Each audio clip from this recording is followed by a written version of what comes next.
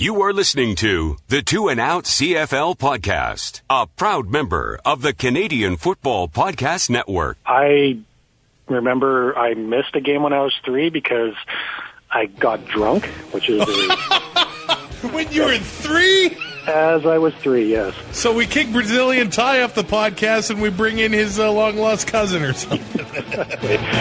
Grab some poutine and a double-double. It's time for the Two and Out CFL podcast. Now they have to kick it out, and they do! Every week, Travis Currah Does anybody still care about this podcast? and Brazilian Ty Hunters are people, too. talk fantasy football, bring you the latest in CFL news, and sprinkle in a little bit of nonsense. Are you kidding? This is unbelievable! Ready, set, hunt! And Two and Out is a part of the Alberta Podcast Network, powered by ATB. I'm Travis Currah, and we start today's show on a more serious note. Brazilian Ty has been suspended without pay for his terrible take on Simoni Lawrence's hit on Zach Collaros last week. If we want to keep up a positive public perception of the Two and Out CFL podcast, we feel this is the right move. Evan made a comment on our Podbean app, and I quote, "You lost a follower over Ty's terrible take on the Collaros hit. Blaming Collaros for sliding? Come on." Taking Evan's comment to heart and the countless other emails demanding an explanation from Ty, we feel the best course of action is to suspend him for 2 episodes. He has refused to appeal the suspension so he can attend men's night at the local golf course. I will make no further comment at this time. Join Two and Out for CFL Fantasy and CFL Pick'em and show Currah and Ty what you got. They are who we thought they were! Just click cflfantasy.tsn.ca Enough from talking about it. There has to be consequences. and pick'em.cfl.ca. So without Brazilian Ty due to his suspension this week, I've called up 3 guest analysts, and they're going to be filling in on the show. We'll reveal who they are a little bit later on, and we'll preview the 3 games for week 2. But just going through some of the news from the teams that are currently on bye, the Montreal Alouettes have added Robert Flash Gordon as their receivers coach. He played for 13 years in the CFL, and his best years probably came with Kahari Jones throwing to him in the early 2000s when Kahari had those amazing years. And, of course, as head coach of the Alouettes, he brings in Flash Gordon as their receivers coach. The Calgary Stampeders have signed veteran defensive lineman Jabbar Westerman. They want to go Canadian in that position, defensive tackle, and they took a pounding from the Red Blacks defensive line last week, so they do need to shore up that depth at that position.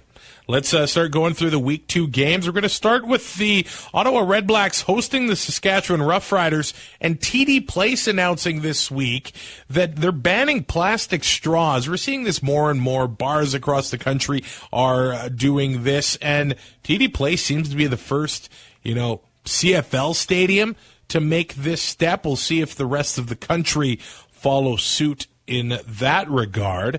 I do want to welcome our very first analyst to the show. His name is Adam Stewart. He's at Adam Stewart1 on Twitter, and that is Stewart with a U. I have to give you credit because Brazilian Ty gets slapped with the suspension because of his take on the Simoni Lawrence hit, and you said, well, I think you guys should make a call to the practice roster. And you were basically the first one to apply. And when you're the first one to apply, you basically automatically get the job. So, Adam, first of all, what are your credentials here?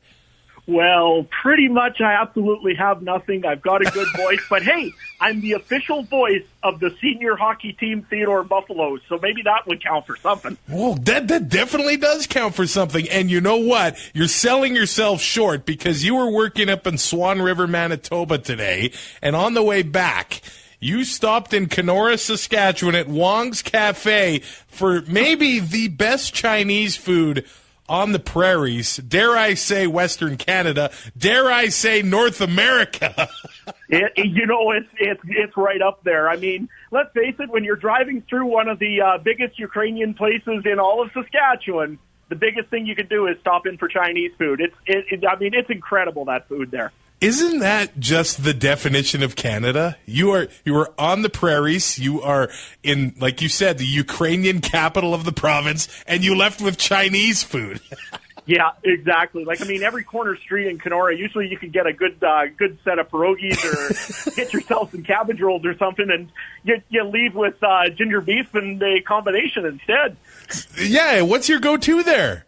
Oh, I go for the combination, but that ginger beef, there's something about it there. Yeah, always got to have the ginger beef if you go to Wong's in Kenora. Yeah, so there you go. I don't know if they've got any money to throw at 2 and Out, but I think we've given them a lot of plugs here. If you're ever in Kenora, make the stop at Wong's Cafe. I want to get your thoughts on the whole Simoni Lawrence situation. We've kind of had a week to cool down. I know if I recorded a podcast Thursday after it happened, I would have been a lot more angrier than I am now. But what were your initial thoughts on the hit?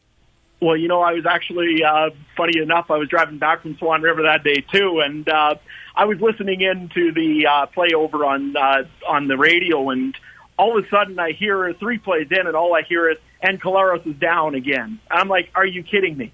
Like, I was absolutely furious when I heard that. But I was sitting there, okay, I'm going to give Simoni the benefit of the doubt. Maybe it wasn't such a bad hit. Maybe it wasn't too... Afterwards, then I turned it on and watched it. And, wow, that was a very, very bad hit. I mean, could Simoni have avoided it maybe? Yeah, I know he's already moving into the guy. But you know what? Really, emotionally, again, I'm a diehard Rider fan, so... for me, I would have liked to see the book thrown at him, thrown out of the league, all the other good stuff. But you know what? In reality, probably 2 games was probably the right amount. Think about it. That's 10% of the guy's salary. Yeah. I mean, that's a good amount of his salary already that's going. Now, I just kind of got a notice there that says that he's appealing it. Now, 1 game I think is a little light. But again, it's hard to say. To me, I think 2 games is the right amount for that hit. Yeah, you're right. And TSN's Farhan Lalji reported actually Wednesday night that the CFLPA has formally filed an appeal on behalf of Simoni Lawrence. So he'll probably play this Saturday against the Argos, as the arbitration isn't expected to happen until next week. And I've never seen this before. The CFL followed it up with a statement responding to the appeal, and I quote, this is from Randy Ambrosi. The CFL is deeply disappointed that the CFLPA has decided to contest the league's attempt to punish and deter dangerous play. It is highly regrettable that the association has informed us that it has decided to grieve the 2-game suspension the CFL has imposed on Simoni Lawrence after he struck Zach Collaros in the head after Collaros had given himself up by sliding feet first.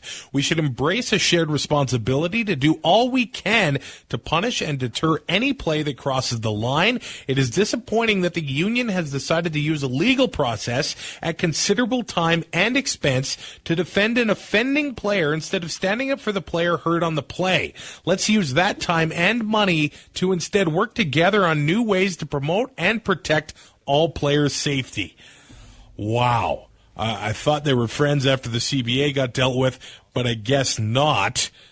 Monday, though, there was a whole nother buzz on social media with, I guess, a similar hit that Simoni Lawrence had on William Powell last week against the Riders. I don't know what it was, but I'm a fan of Simoni Lawrence, so it hurts me to see him playing like that, but that reckless and dangerous stuff is exactly what we're trying to get rid of, and they've been preaching it seems like, for 5 years. Exactly. You look at guys like Kyrie Zaber. I don't want to see Simoni Lawrence compared to the guy because, for the most part, he doesn't hit like that. Now, the second hit on William Powell, you know what? Both teams were already fired up from that first hit on Zach Collaros. I could see things like that happening. You look also, Luke Tasker was banged up in that game as well from one of the Saskatchewan linebackers. I mean, it was a very interesting game, but yeah, no, both hits were questionable for sure.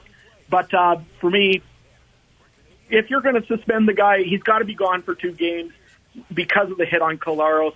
The other one, I don't think it was bad. Don't get me wrong, but Powell was still going forward. So he should probably be gone for 2 games because he basically played a free game that he should have been ejected from. No, without a doubt. I mean, if I don't know what Andre Proulx was thinking in that game, but really, it's the first game of the season. If you want to set a precedent, you go and you throw the guy out on that play right there when Zach Collaros got hit. That's putting a message out there that, hey, we will not tolerate quarterbacks being smoked. Yeah, hopefully this week's a lot better. It is 3 games this week, including the Ottawa Redblacks hosting the Riders in their home opener. It's a tough situation, I think, for both teams as far as the schedule goes, because Ottawa's coming off a win in Calgary Saturday, and then they got to fly here and play the Riders on the Thursday. But the Riders, back-to-back Thursdays, back-to-back road games in Ontario. So they flew back to Saskatchewan and practiced there. But all word has that Cody Fajardo is going to get the start for the Riders. But they're going to play Isaac Harker as well. He's the third string right now. I know we joke about the third stringer being the most popular player in the Rider Nation, but it seems to be the case right now. How do you feel about the Riders going with the whole 2-quarterback system? Because we kind of saw this last year. Yeah, myself, I don't like it. Even though I'm the third stringer here right now on the 2L podcast.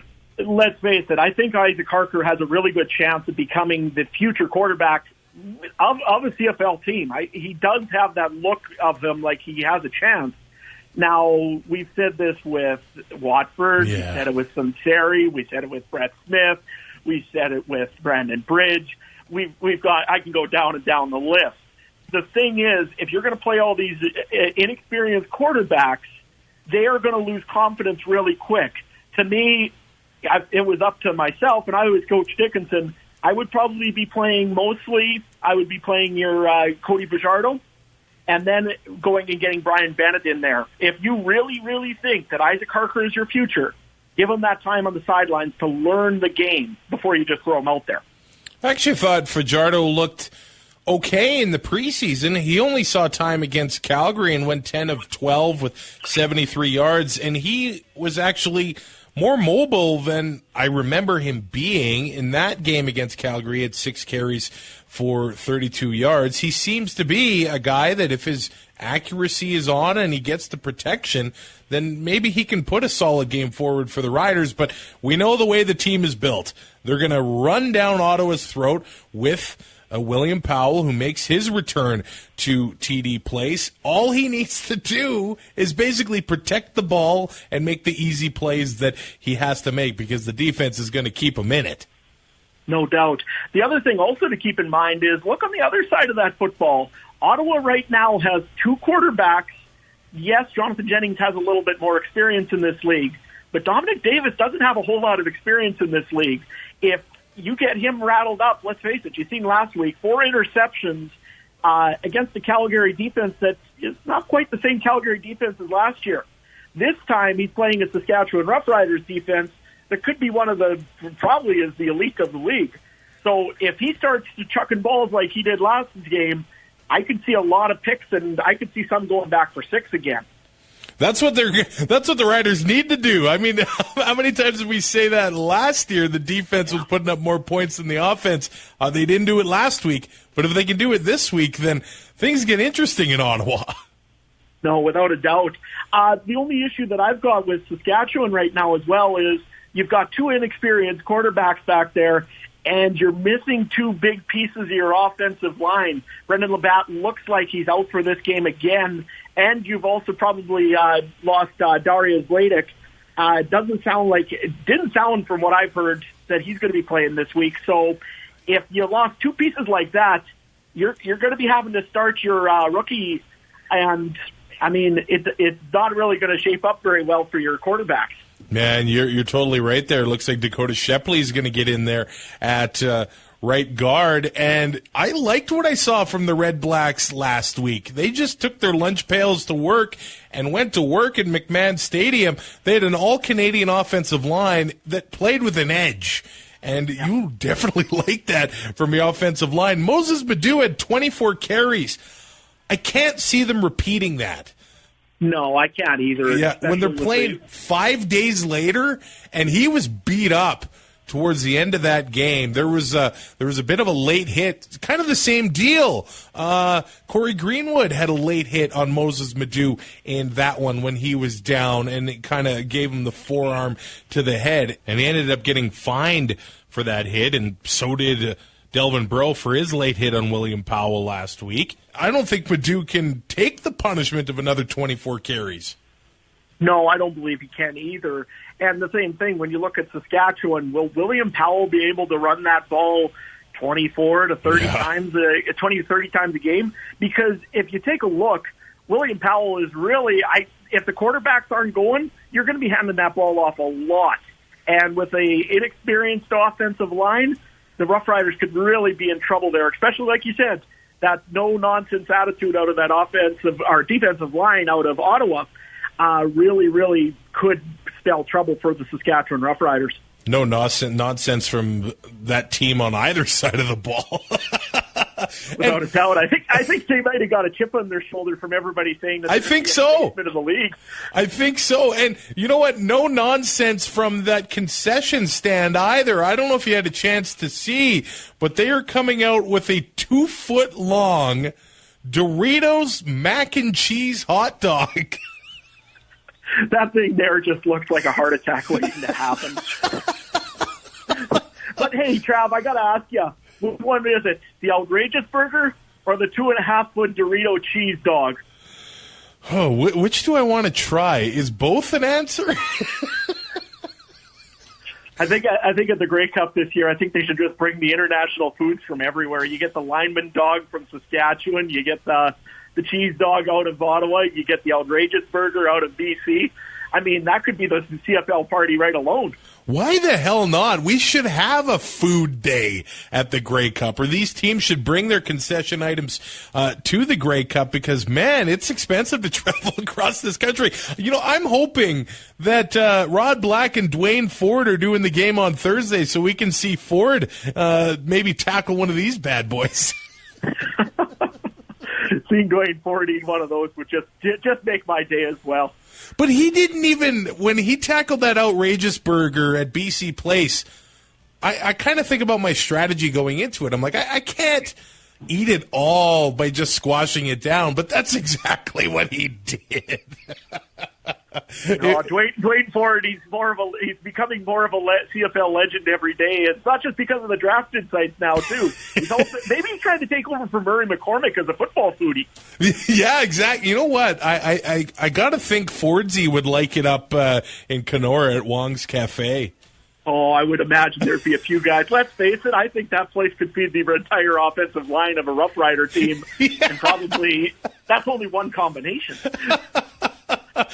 You won my fantasy league that I organize every year. Was it 2 seasons ago? No, I think it was just, it was 2 seasons ago that I won there. So I guess technically a year and a half ago or something like that. So sure, yeah. I got to ask you, are you going to have any Riders or Red Blacks in your lineup this week? You know, I think I'll probably have a Rough Rider in my lineup for sure. Do you try to do that every week as a Rider fan? Yeah, well, I try to get one. I mean, let's face it. Otherwise they revoke my membership and kind of messy getting it back and everything. So I always try to keep one in there at least. But for me, probably William Powell would be one pick that I probably would not want to miss on. Depends what his cost. His cost is going to be very, very high this week. He's almost 9,000. He's like 89.67. Yeah, he's getting expensive. The other option might be also is to take a look at the Saskatchewan defense. If Dom McDavis is going to be throwing them up like he did against Calgary, could be some easy picks and maybe some defensive points there. Yeah, so the Riders have the most expensive defense, while the Red Blacks are kind of middle of the pack. And I like the Red Blacks defense this week, and I know I talk about it being cheating if you don't start a defense, but I think this might be the week if you were ever going to do it. There's only 3 games to ditch a defense, and right now I have Brad Sinopoli in my lineup just because, I mean, if he's going to make another 7 catches at least it's something. And the pickings are pretty slim in a 3-game week. No, for sure. The other guy I'm taking a look at is maybe looking at somebody a little bit cheaper. RJ Harris, I think, might be an option this week. Depends how I can fit him in. Still debating here, though, if I go with an expensive running back tandem or if I start breaking it out a little bit. So. Well, you know what, Adam? I think for a practice roster guy, you knocked it out of the park. Well, thank you very much. Hey, thanks for coming in and filling out. Good luck in fantasy this week. Good luck with the weather taking care of your crops this summer, too.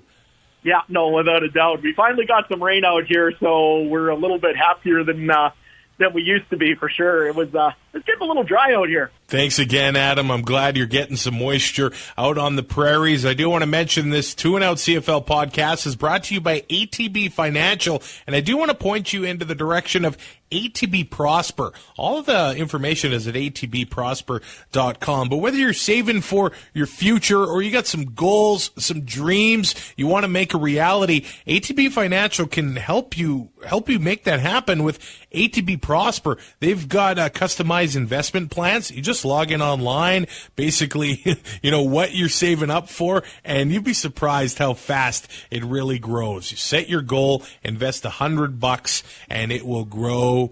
It's really easy to do. You probably spent more time sitting in the Tim's drive-thru waiting for a double-double. So atbprosper.com. Start growing that cash right in front of your eyes with ATB Financial and ATB Prosper. We're going to move on and talk about the Eskimos and Lions. 7 o'clock Friday night football at Commonwealth Stadium. Looks like the Eskimos are pulling out all the stops. Again, they're going to have Brandon Zylstra there. Of course, with the NFL, last week, they had Kenny Ladler. I guess Shannon Sharp is going to be in the house as well on the field for the coin toss. But the big story here is Mike Riley, franchise quarterback for the Eskimos for 6 years, now with the BC Lions, returning to Commonwealth Stadium for the first time so early in the season. The Canadian Football League had a conference call with Mike on Wednesday, and Three Down Nation's Justin Dunk asked him about the conversation he had with Jason Moss when the decision was made that he was going to BC. Yeah, it was a tough conversation. So basically how that all went down was that, of course, I wasn't going to have a conversation with Jason until the decision was completely final and, and make sure that when I did get to speak with him, that all the cards were on the table and it wasn't playing the game of, okay, well, I think this is what I'm doing. Sorry, I'm not coming back, but I'm not totally sure. We haven't, figured everything out and all that. So when I did speak with him, it was finalized in the sense of I knew that I wasn't coming back to Edmonton. There was still contracts that needed to be signed, of course, and things like that, which couldn't happen until February 12th. But when I did talk with him, I had a great conversation with Jason. Jason's a very good friend of mine. My wife and kids are with Marge and his kids. We became very close over 3 years, so it was a hard conversation to have because I was leaving, but it was an easy conversation in the sense of I certainly wasn't gonna lie to him. I have too much respect for him, and so we talked for 45 minutes, maybe an hour, and so he certainly wasn't happy with the decision, but I think he understood it and he respected it, we're still very good friends. We're on great terms. I came back to Edmonton and in the end of March to do a speaking engagement that I had already committed to, and I, my family came up and we all spent time together. He's a guy that I will always consider a very good friend. But that certainly there's conversations that you have throughout your life that are uncomfortable and you really don't look forward to them, and that was one of them, there's no doubt. Now, if Mr. Adam Stewart is from the practice roster, our second guest host of the week, I guess, is from the pre-practice squad. Joe Balaneski, the man that ruins everything on Twitter. How's it going, man? Not bad. How you doing, man? Good. Emotionally, how do you feel when everybody says that you ruin everything? I'm okay with it. It's not a big deal. I mean, I can't deny it. I mean, there's true evidence that I do ruin a lot of things on Twitter. I guess, yeah, you're kind of used to it. I'm fascinated by how in person you are one of the nicest people I've ever met, but on Twitter you're like the wood tick that's buried into my arm. Yeah, Twitter Joe isn't the same as real person Joe. No, it's not. Now, what did you do before Twitter? What was your alter ego then? I don't know if I ever had one. Maybe it's I needed Twitter to find this person. Yeah, I'm bringing you on because talking the Eskimos right now as they host the BC Lions and Mike Riley on Friday night. You've been an Eskimo fan for how long?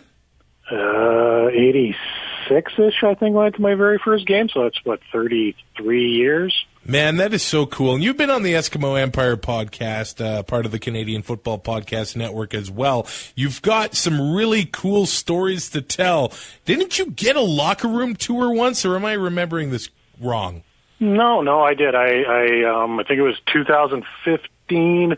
Myself and my friend John, we made Dwayne Mandrusiak a banner, basically epitomizing the sort of mimicking the Wall of Honor banners that the Eskimos have at the stadium, and he saw it and he gave us a thumbs up. And then the next day after the game, I went and I hand delivered it to the ticket office at the Eskimos offices there, and the lady called down, and Dwayne's told her to bring me down, and yeah, I spent probably about an hour down there with him, Wow. him giving me a tour, meeting players, and seeing everything. And I mean, it's definitely, like I said on Andrew's podcast, it's if you've never been in the locker room, you're walking through hallowed halls, so you just know everybody that's been in that room, and just seeing even the current players of the time there, and they're totally cool, laid back guys saying hi and things like that. So yeah, it was definitely a kind of a dream come true kind of a thing. When it's all said and done, do you think he'll get a spot on the wall? Dwayne? Yeah, they have to. I mean, he's literally the longest serving Eskimo, and I know he's not a player by by namesake and all that, but he is an Eskimo true and true. I mean, he's been through everything, he's seen everything. I mean, if they don't honor him with a Wall of Honor, then I don't know, that there's something wrong with the people upstairs, in my opinion. But it was a big off-season of change, so transitioning to Friday night's game, and the biggest change of all is losing your franchise quarterback, going closer to home to BC. What were your thoughts when it happened? Were you kind of preparing yourself for it? And now what are your thoughts now of him coming back to Commonwealth Stadium so early in the season?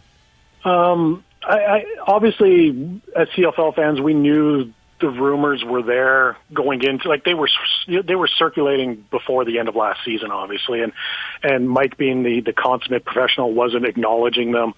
And as fans, we kind of put two and two together, him being close to home. I mean, any of us would have made that decision if we were away from our family for an extended period of time. We would make that same call. So I don't blame him for going. And obviously, the money was a big draw as well. I mean, I'd like to know where Ed Hervey's getting the money, but yeah, no, it wasn't shocking per se, because we obviously prepared for it, and I think Brock Sutherland obviously did. As I've heard numerous people say on all the various other podcasts, he went out and got the best option out there at quarterback in Trevor Harris. So it's definitely, I think last weekend kind of proved that. I mean, he went in. I think Mike might have been a little nervous in his first game back in BC, and I think maybe that's a little played into why, the outcome of the Winnipeg BC game last week. But I have a feeling Friday night he's going to come in here and he's going to want to kind of make it his game, and it's going to be definitely a different BC Lions team than last week. I think that this game is going to be just an aerial assault from both sides, because they couldn't really handle Matt Nichols and Andrew Harris last week in BC. Nichols threw for 3 touchdowns, but Harris, of course, is going to throw for more yards. He's a more flashy quarterback than Matt Nichols. So I think Friday night, if the weather cooperates, which right now it kind of looks like it's not going to, we could have a fun game under the lights at Commonwealth. Yeah, no, it's definitely, I mean, rain or shine, it's always fun to go and sit in that stadium and watch it. But, yeah, no, if both quarterbacks decide to try to one-up each other, it's definitely going to be fun to watch. But then, you know, I'm fully expecting BC to run the ball more as well, especially if the weather is going to be, you know, crappy. I think that both teams are running, and obviously watching John White and CJ Gable do their thing is always entertaining as well. So, yeah, it's definitely going to be a very highly offensive game. I think the defenses are going to have a real tough time on Friday night. Well, and you know what? Riley and John White are not all of the former Eskimos with the Lions. I mean, Ed Hervey's a part of that. Aaron Grimes is a part of that.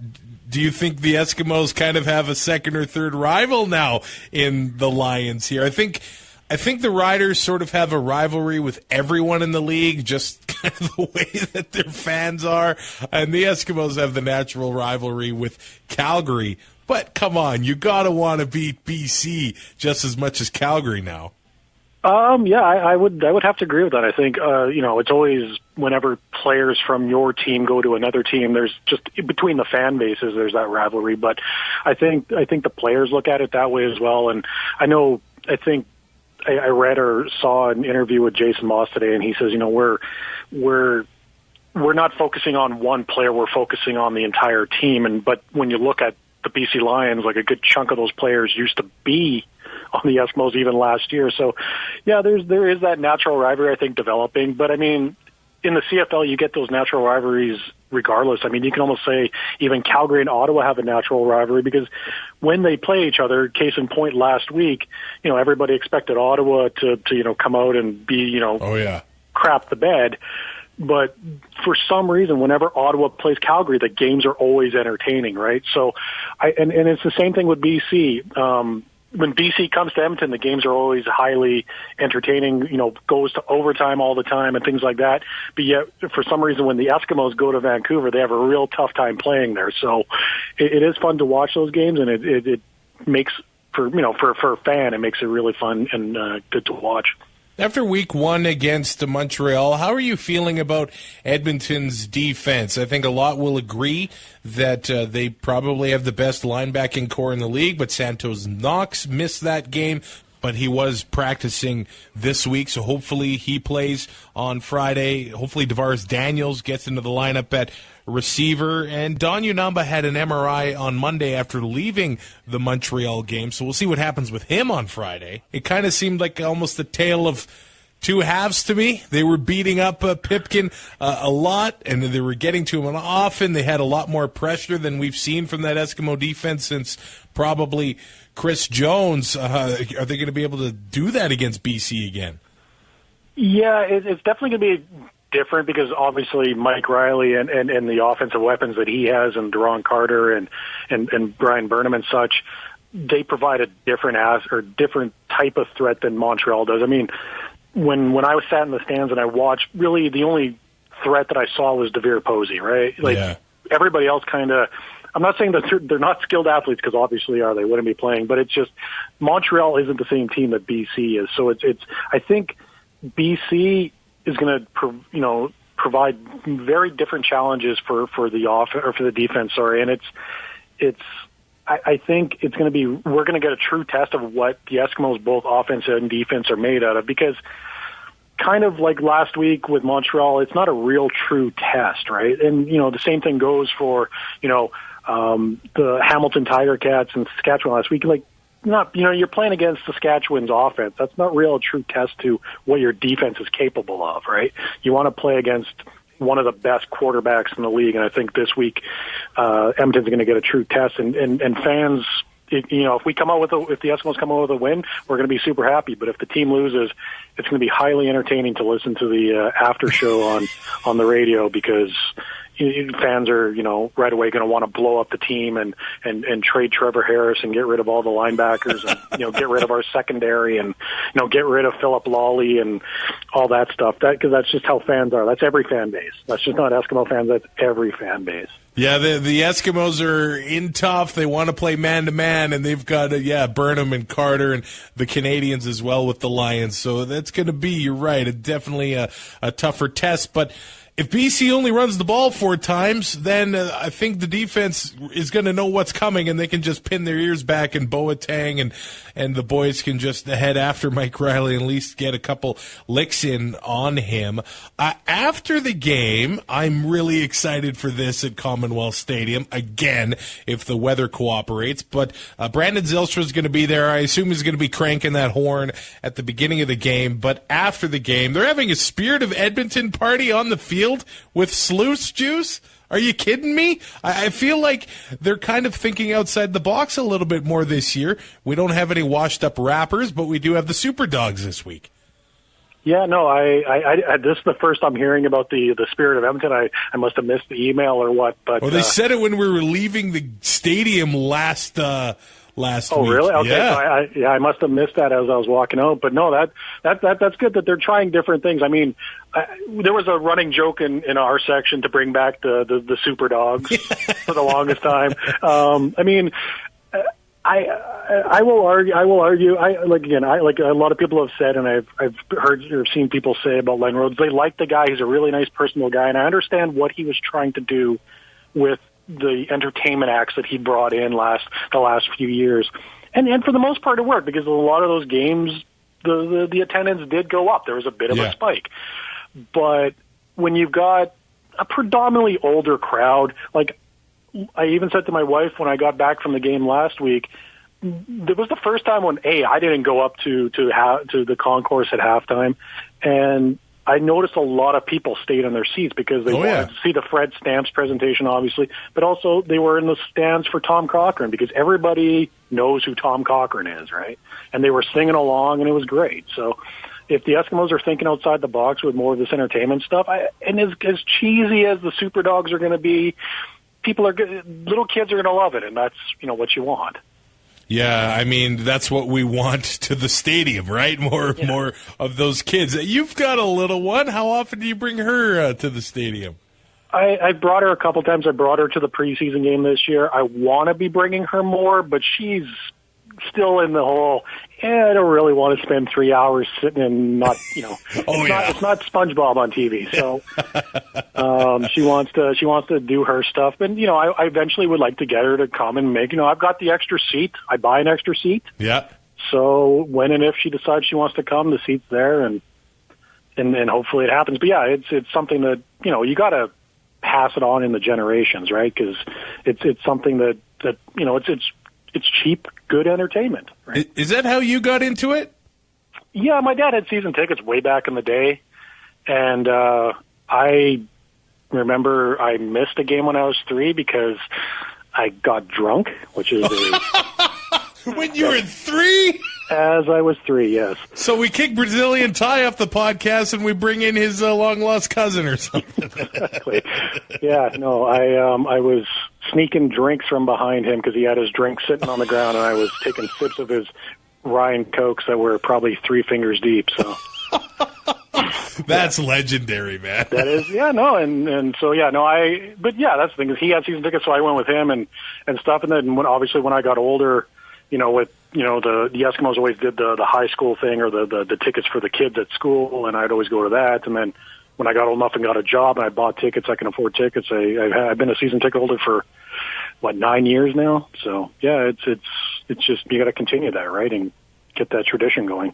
That's awesome, Joe. Hey, thanks so much for taking the time to step up and fill in for Brazilian Ty. Absolutely. I have no problem anytime, man. It's an honor and a pleasure. I know this was your dream come true. You've been hounding me on Twitter for about 5 years. It's my goal to get on every single podcast. How many have you been on? Let's see. I've obviously been on the Eskimos countless times. I've been on this one now. I've been asked to be on Rouge Radio, but no one else has stepped up. So, well, you're making your way through the Canadian Football Podcast Network, buddy. Well, I'll only listen to the ones that ask me to be on this podcast. Let's put it that way. I'm glad we still got you then. Okay, buddy, we'll see you Friday at the game.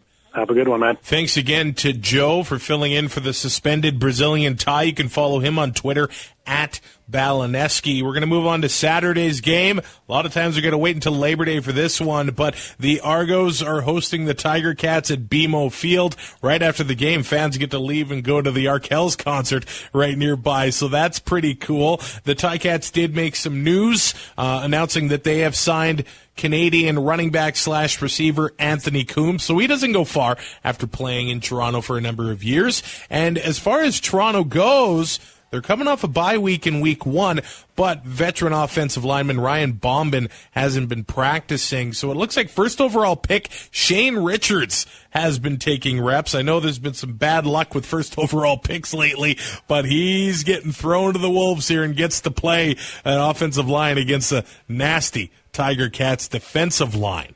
If Adam Stewart is from the practice roster and Balaneski is from the pre-practice squad, I'm talking to Mike Graham now from Podski Wee Wee, a part of the Canadian Football Podcast Network and on 3downnation.com. I'd say Mike would get onto the roster at least as a kicker, right? It's good to be here, man. Thanks for having me. Hey, no problem. Thanks for coming on. Now, you live in Edmonton. You are a Hamilton fan. What's the deal? How did this all happen? Where did you grow up? How'd you get into the Ticats?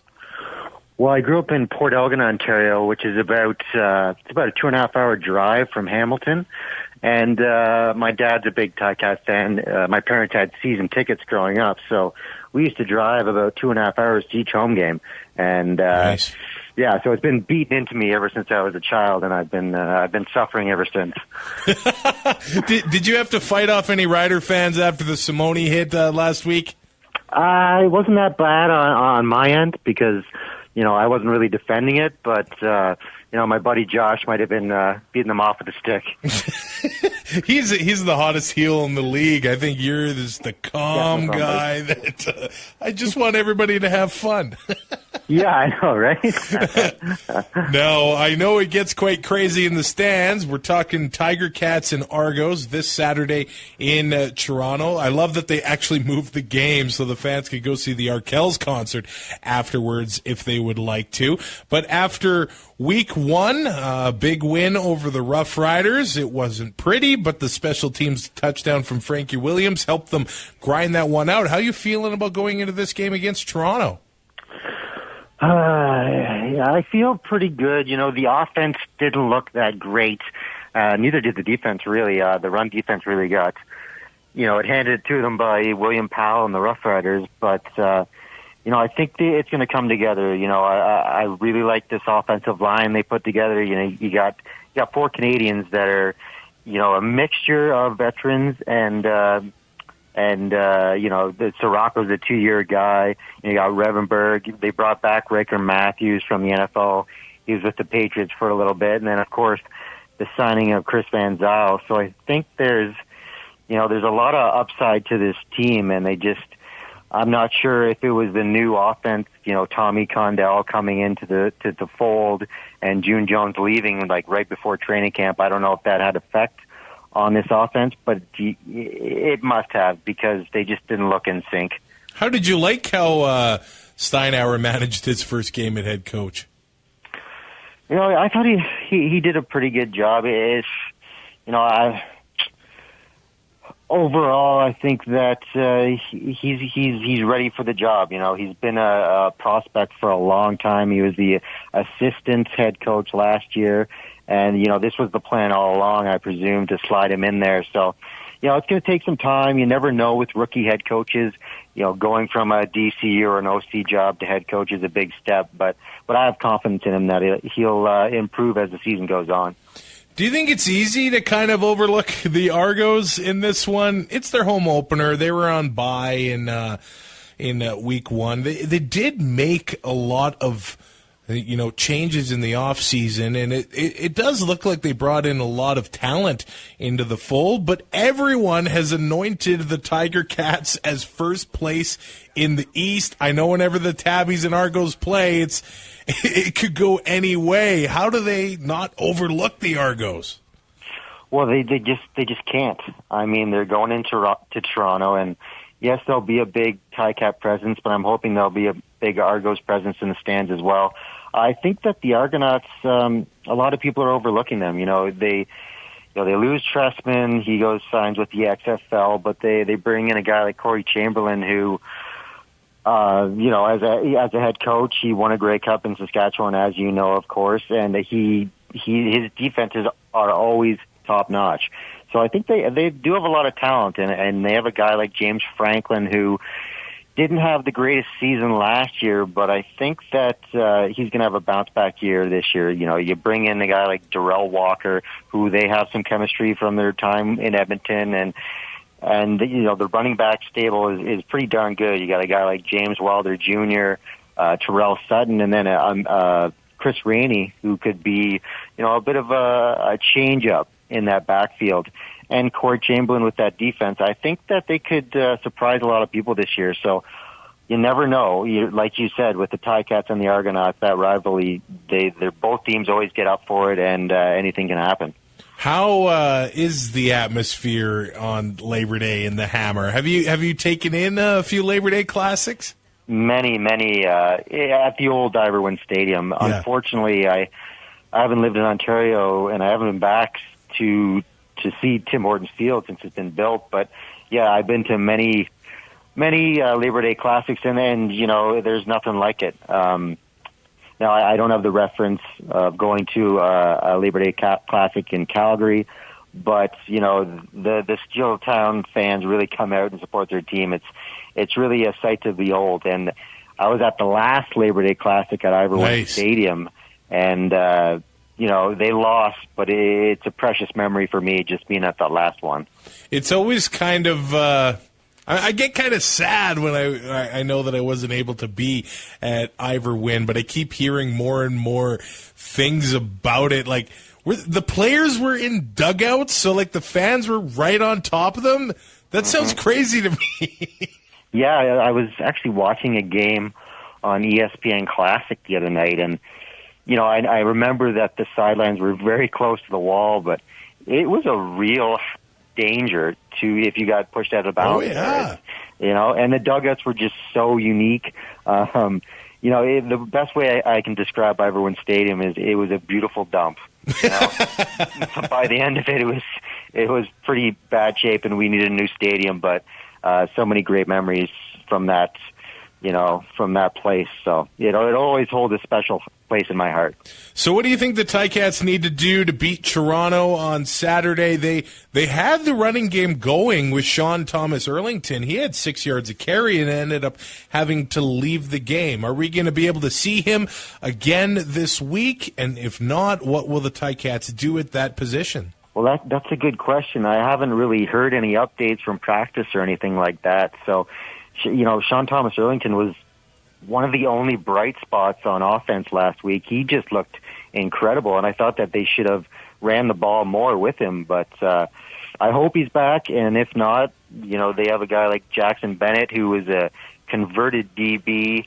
You could play him and still keep that Canadian spot, and Malik Irons is behind him. Or they have Cam Marshall floating around and maybe make that American spot for one game. But I got my fingers crossed that Thomas Erlington's going to be back. But they have to play. The passing offense has to be better. Mazzoli didn't look that great last week. He just looked nervous. He didn't, at times it looked like he was trying to pass over that zone defense, and the ball was, falling short, or he was overthrowing guys. So, I think the pass offense has to improve immensely, and I'd like to see that defensive line really put pressure on James Franklin and the Toronto Argonauts, because we have the talent. You got a guy like Jaguar Davis on defensive end, Big Teddy in the middle. They brought in Wynn in the middle too, and that's a talented bunch. I'd like to see them get some heat on the quarterback. Man, are you playing CFL Fantasy at all? It's crept up on me this year, and I didn't get in the first week, but I usually do every year, but maybe I'll jump in the second week. I was kind of bummed out. I had all my eggs in the Braylon Addison basket and hit one catch for 16 yards. And this week I kind of want to go with Mike Jones. Talk me off the ledge. Should I pick one of these guys or not? Oh, that's a tough one. Mike Jones is a hit and miss kind of guy. One game he could have 100 yards, and the next game he doesn't get any catches. So, I think maybe they're going to have a bounce-back game, and maybe one of those guys, if I had to pick, I'd probably go with Addison. Nice. Yeah, I like both of those guys. Addison's probably a bit more reliable. Yeah, he might get more balls thrown to him too. He's a slot back, and Mike's on the wide side of the field, I believe, and doesn't get a ton of balls thrown his way. But there's that deep threat. He's a fast dude, so he can get open on those big passes. Awesome, Mike. Hey, thanks so much for filling in during a Brazilian tie suspension. Where can people find more of you? Well, I'm on Twitter, Mike_TieCats, and if you want to find Podski Wee Wee, we're on 3downnation.com and pretty much everywhere you can download podcast, iTunes, Podbean, all that good stuff. All right, man. Eat 'em raw. Eat 'em raw, buddy. Thanks for having me on. Thanks again to Mike Graham from Podski Wee Wee for coming on Two and Out this week as I pieced together 3 analysts to fill in for the suspended Brazilian tie. By the way, ticket sales look like they're going great at BMO Field. They have tarped off the upper deck there, but it looks like there aren't really all that many in the lower bowls and in the end zone there, and they're going to have a lot of fun. They've got $3 hot dogs and $5 beers at all the games now. You can get into the building for about $25. They're honoring Ricky Ray before this game, and they're having Darrell Walker bobbleheads given away at the gate. So they're pulling out all the stops in Toronto, and I really hope they have a nice crowd Saturday afternoon. Going to fill you in on my fantasy lineup for this week. I'm stocking up on Eskimos here. I really didn't like the way BC's defense looked last week against the Bombers, and the Eskimo offense, I think it's probably maybe not as balanced as Winnipeg, but although C.J. Gable ran amok last week, they have more big play ability, I would think. So Trevor Harris, C.J. Gable, Ricky Collins are all in my lineup against BC. At running back, I'm going to have Sean Thomas Erlington from Hamilton going against Toronto. I just don't know how that defense is going to look. I could change it once the depth chart comes out on Friday for the Tiger Cats. Not sure if Thomas Erlington is healthy after last week against Saskatchewan, but he was on the bike in the second half, so hopefully he's good to go here with some extra rest, 9 days rest. I've got Luke Tasker in my lineup. Last year against the Argos, 5 touchdowns in 3 games. I'm banking on that. I'm throwing Tasker in there. He's expensive, though. He's over $8,500. I got KD Cannon from the Riders in my flex spot. He's $2,500. He was their leading receiver last week. He had 66 yards. If I can get at least that again, then I'd be happy with the return on $2,500. And in the defense spot, I've got the Ottawa Red Blacks. I really liked how they looked against Calgary last week. They've got the 2 young quarterbacks in Saskatchewan here. I'm going to go with the Red Blacks here and see what they can do against the Riders at home at TD Place. As far as Pick'em goes, I'm rolling with the Red Blacks, the Eskimos, and the Tiger Cats. There you go. The Two and Out CFL podcast is proud to be a part of the Alberta Podcast Network, powered by ATB. I'd like to point you in the direction of Not There Yet.